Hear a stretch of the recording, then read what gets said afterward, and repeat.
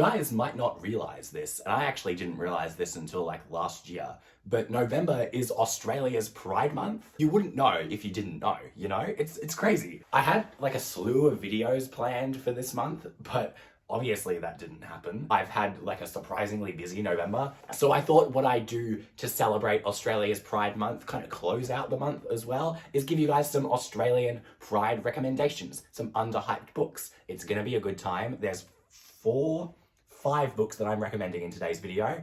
And you know, stick around, get some Australian LGBTQ plus books on your TBR. It'll be a good time. I'm excited about it. You should be as well. I'm just rambling at this point. Let's start the video, you know? The first book I'm gonna start you guys off with is a book that I feel like most of you should recognize. It's a 2020 release. It's pretty popular. It's an American release as well. It's quite rare for an Australian author to get an American release as well. That's kind of hard. It's not hard to do, but it's not really done a lot. At least. I don't know. You don't see it that often. Anyway, so this is Only Mostly Devastated by Sophie Gonzalez. This book. You know this book, right? Yeah. Okay. This is a gay Grease retelling. You've got a male-male romance in this. There's also bisexual rep in this book. Ollie falls for Will over the holidays. They have like this whirlwind summer romance. And then Ollie ends up staying in the state that he was at for the holidays and going to school there. And he finds out that Will also goes to that school. But the problem is, Will's not out at the school. So it's this interesting, kind of tropey, but a lot of fun story about like this romance and Ollie making new friends, finding his place in this new school. It's a good time. I really like it. I really want to read more of Sophie Gonzalez because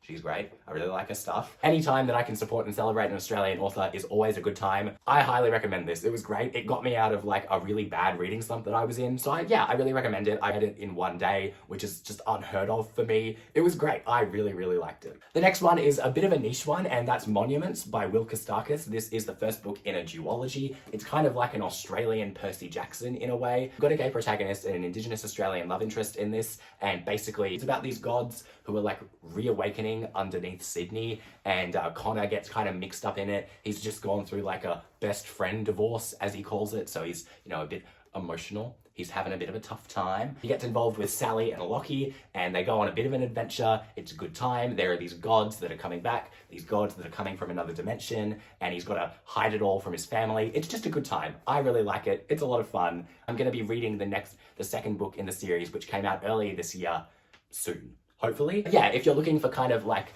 a shorter, kind of fast-paced spin on like that whole like urban fantasy, Percy Jackson, young adult sort of thing, I would recommend Monuments by Will Kostakis. It's a good time. The next book I'm going to recommend is an author who I really don't stop talking about, and that's Alison Evans. Their book Euphoria Kids is great. I love it. I love them. They're fantastic. Euphoria Kids it's written kind of on the younger end of young adult. It's about Babs, who's been cursed by a witch, and she is made of fire, and she turns invisible sometimes. Actually, a lot of the time. Most of the time when she's at school. She makes friends with someone named Iris. Iris, they were grown out of this seed in the ground. This book is very like witchy, and has that very like witchy vibe. I don't know, yeah, I feel like you're getting this from the things that I'm saying. I don't know. They kind of form this friendship over magic that they have, but it's different, but they share it. It's a good time. I really like it. It's very wholesome. They meet this new boy at the school who's really kind of just starting to like learn his own name. It's a really, it's just great. It's very wholesome. It has like really good Studio Ghibli vibes. What I like about this book is that it seamlessly blends like the magic of the world in with like queerness, and that's something that we see a lot of in like media, but it's never really explicitly stated. And it's not really stated in this book, but it's a big theme in this book, I find, is like that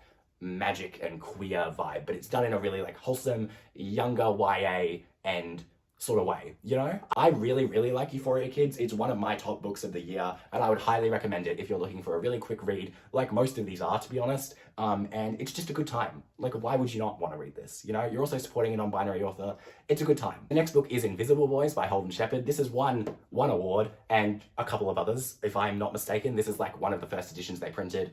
Some of the new ones have like more of these stickers up here. I don't know if that's shortlists or long lists or just awards in general, but there's more of them. They're up there. This book is really highly praised. It's a book that came out late last year, and it's about these 3 boys living in this rural WA town. They're all sort of coming to terms with their sexuality in their own way. There's a lot of toxic masculinity in this book, and it's unpacked but also reinforced in this really sort of weird, kind of very Australian way. I don't really know how to describe it other than that, but it's just really good. I really liked this book. This was my favorite book of last year. It's just so good. Often I find that YA deals with sexuality in a very sort of like PG way. This is not that. This is quite graphic, both like sexually and not sexually graphic in a way that's like, it's violent as well. It's not like blood and gore and like knives and stuff, but like doesn't shy away from showing you like violence and like homophobia and that sort of thing. Like, I'm not saying that other books do that, but I think this does it in a more overt, explicit way, which isn't everyone's cup of tea, but at the time I really appreciated it. And I still really like Invisible Boys. It's a really, really good book. Really like the messy protagonists that we get in this book. It's just a good time. I really like Invisible Boys. It's obviously a heavy read, but I really, really enjoyed it. Also, trigger warnings for like suicide, like major trigger warnings for suicide. So like, go into it knowing that, but it's a really good time. If you're picking up more of the like lighter, wholesome books on this list and you're looking for something that's kind of heavier and not difficult to read, but not as easy of a time, I would recommend Invisible Boys by Holden Shepherd. It's still young adult, but it's kind of, you know, it's edgier and grittier and, you know, it's that sort of young adult, you know what I mean? And the last book on this list, full disclosure, I haven't read the entire thing, but that's Meet Me at the Intersection, which is an anthology of Australian poetry and short stories edited by Rebecca Lim and Amberlynn Quay-Mulliner. Those of you who watched my last video, you'll recognize the name Amberlynn Quay-Mulliner. But yeah, this is an anthology of short stories and poetry from LGBTQ+, First Nations and disabled people who are living and writing in Australia. I know there's trans rep in this, there's on-page pansexual rep, there's chronic pain rep in this, which I know isn't LGBTQ+, but that's one of the stories I've read, so I'm thinking about it. Ellen Van Neerven is also featured in this collection, who's Indigenous Australian poet who uses they, them pronouns. They're great. I love them. I haven't read a lot of their work, but what I've read in this, I really, really like. And I just want to read more Ellen Van Neerven, you know? They're great. They're great. I love them. But also, yeah, if you're not really looking to like read a book and you just want to read like an anthology of short stories or something like that, I would really recommend Meet Me at the Intersection, because it's not just LGBTQ+ rep, it's a lot of other things as well. It's a really good time. So yeah, these are all the books that I mentioned in today's video. I've only recommended books that I've read in this video. I could do a much longer video about just all of the queer Australian literature that I own.